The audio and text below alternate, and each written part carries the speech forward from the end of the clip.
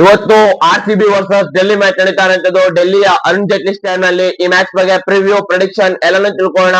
ಅದಕ್ಕೂ ಮುಂಚೆ ಯಾರ ನನ್ನ ಚಾನಲ್ ಸಬ್ಸ್ಕ್ರೈಬ್ ಆಗಿಲ್ಲ ಬೇಗ ಸಬ್ಸ್ಕ್ರೈಬ್ ಮಾಡಿ. ಹಾಗೆ ಈ ವಿಡಿಯೋ ಇಷ್ಟ ಆದರೆ ಲೈಕ್ ಮಾಡಿ. ಹಾಗೆ ಈ ವಿಡಿಯೋನ ನಿಮ್ಮೆಲ್ಲ ಫ್ರೆಂಡ್ಸ್ ಅಂಡ್ ಫ್ಯಾಮಿಲಿಗೆ ಶೇರ್ ಮಾಡಿ. ಬನ್ನಿ ಈ ಮ್ಯಾಚ್ ಬಗ್ಗೆ ತಿಳ್ಕೊಳ್ಳೋಣ. ಮೊದಲಿಗೆ ನಮ್ಮ RCB ವರ್ಸಸ್ ಡೆಲ್ಲಿ ಮ್ಯಾಚ್ ನಡೀತಾ ಇರುವಂತದ್ದು ಡೆಲ್ಲಿಯ ಅರುಣ್ ಜೇಟ್ಲಿ ಸ್ಟೇಡಿಯಂ ನಲ್ಲಿ. ಈ ಏನಪ್ಪಾ ಸ್ಟೇಡಿಯಂ ನ ಪಿಚ್ ರಿಪೋರ್ಟ್ ನೋಡೋದಾದ್ರೆ, ಇಲ್ಲಿ ಫಸ್ಟ್ ಇನ್ನಿಂಗ್ಸ್ ಯಾವರೇಜ್ ಸ್ಕೋರ್ 180 ಇದೆ ಮತ್ತು ಪಿಚ್ ಬ್ಯಾಟಿಂಗ್ ಫುಲ್ ಹೆಲ್ಪ್ ಆಗಿರುತ್ತೆ. ಮತ್ತು ಈ ಸಲ 2026 IPL ಅಲ್ಲಿ ಇಲ್ಲಿ ನಡೆದಿರೋ ಮ್ಯಾಚ್ ಅಲ್ಲೆಲ್ಲ 210 ಪ್ಲಸ್ ಬಂದಿದೆ. 210 ಹೊಡೆದೇ ಇದ್ದಾರೆ ಎಲ್ಲ ಟೀಮ್ಗಳು ಕೂಡ. ಮತ್ತು ಇಲ್ಲಿ 200 ಹೊಡೆದ್ರು ಕೂಡ ಗೆಲ್ಲೋಕೆ ಚಾನ್ಸ್ ಇಲ್ಲ ಅನ್ನೋದನ್ನ ನಾವು ಶನಿವಾರ ನಡೆದಂತ ಮ್ಯಾಚ್ ಅಲ್ಲಿ ನೋಡಿದೀವಿ.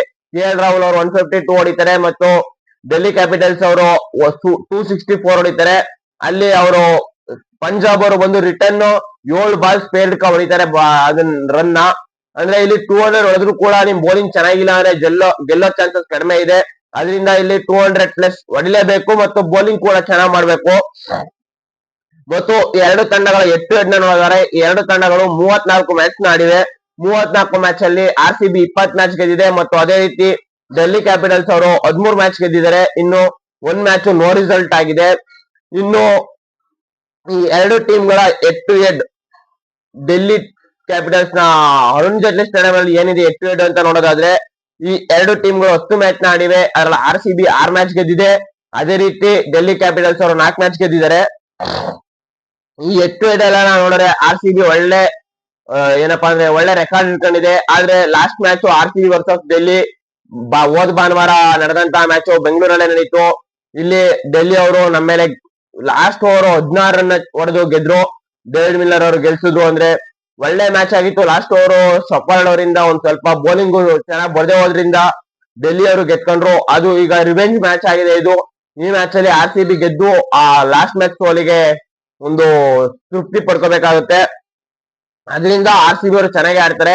ಇನ್ನು RCB ಕಡೆಯಿಂದ ಬಂದಿರೋ ಅಪ್ಡೇಟ್ ಏನಪ್ಪಾ ಅಂದ್ರೆ, ಈ ಮ್ಯಾಚ್ ಕೂಡ ಜೇಕಬ್ ಬೆಥೆಲ್ ಅವರೇ ಓಪನಿಂಗ್ ಮಾಡ್ತಾರೆ ಅಂತ. ಯಾಕಂದ್ರೆ ಇನ್ನು ಫಿಲ್ ಸಾಲ್ಟ್ ಅವರು ರಿಕವರಿ ಆಗಿಲ್ವಂತೆ. ಇನ್ನು ಡೆಲ್ಲಿ ಕಡೆಯಿಂದ ಬರ್ತಾ ಇರೋಂತ ಅಪ್ಡೇಟ್ ನೋಡ್ರೆ, ಡೆಲ್ಲಿ ಕಡೆ ಲಾಸ್ಟ್ ಮ್ಯಾಚ್ ಎಲ್ಲಾ ಬೌಲರ್ಸ್ ಗಳು ಕೂಡ ನಾಯೇರಿ ಹೊಡೆಸ್ಕೊಂಡ್ರು. ಅದರಿಂದ ಈ ಸಲ ಬೌಲಿಂಗ್ ಅಲ್ಲಿ ಚೇಂಜಸ್ ಆಗುತ್ತೆ. ಅದೇ ರೀತಿ ಲುಂಗಿ ಎಂಗಿಡಿ ಅವರು ಕೂಡ ಲಾಸ್ಟ್ ಮ್ಯಾಚ್ ಇಂಜುರಿ ಆದ್ರು. ಅವ್ರ ಬದಲು ಬೇರೆ ಬೌಲರ್ ಬರ್ತಾರೆ.